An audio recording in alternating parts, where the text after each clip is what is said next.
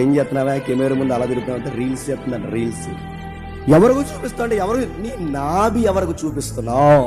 నీ మతం అంటే తప్పు అనుకోకండి. దేవుడిచ్చిన అందస్తందాలు నీ బ్రెస్ట్ని ఎవరికి చూపిస్తున్నావు?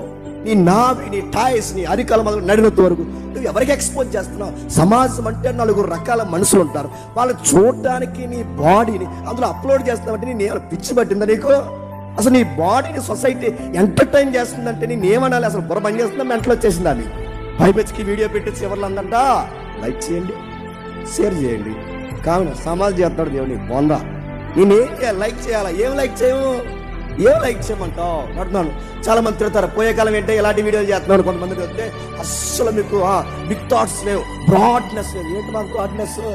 ఒక ఆడపిల్లనై ఉండి ఇలాంటి బ్యాడ్ కామెంట్స్ పెడతారంటే ఆడపిల్ల ఉండాలమ్మా.